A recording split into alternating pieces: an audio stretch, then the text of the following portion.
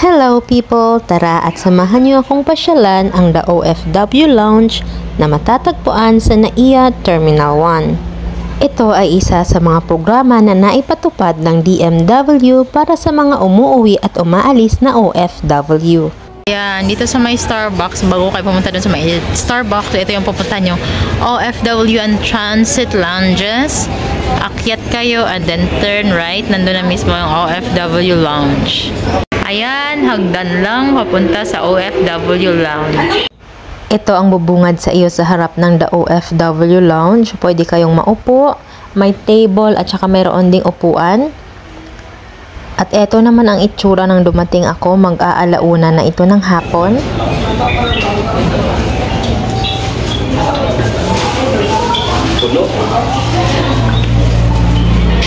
Sulat, walang tao dito at the moment. Register here. Ayan, may mga flight details naman para makita ang status. Sunday ngayon, kaya obviously maraming tao. And that's it. Try natin yung kanilang food.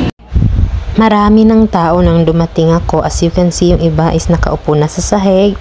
Pumila lang ako dito saglit. Mabilis naman ang usad. Oh, maunin pa ang pagkaon karon. This is the food for today. Arroz caldo, biko, snacks or chips day. Tapos hot water, coffee dito sa likod. Doon sa may likurang bahagi. Wait lang. This is the OFW Lounge. During Sunday, too crowded. No more arroz caldo left. But I like the Cheetos, the cheese curls, I think. This is the view from the OFW Lounge.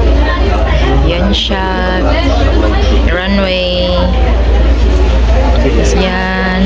Too crowded today kasi nga it's Sunday. Yeah. Mabilis silang mag-refill ng mga pagkain, pati na din ng coffee.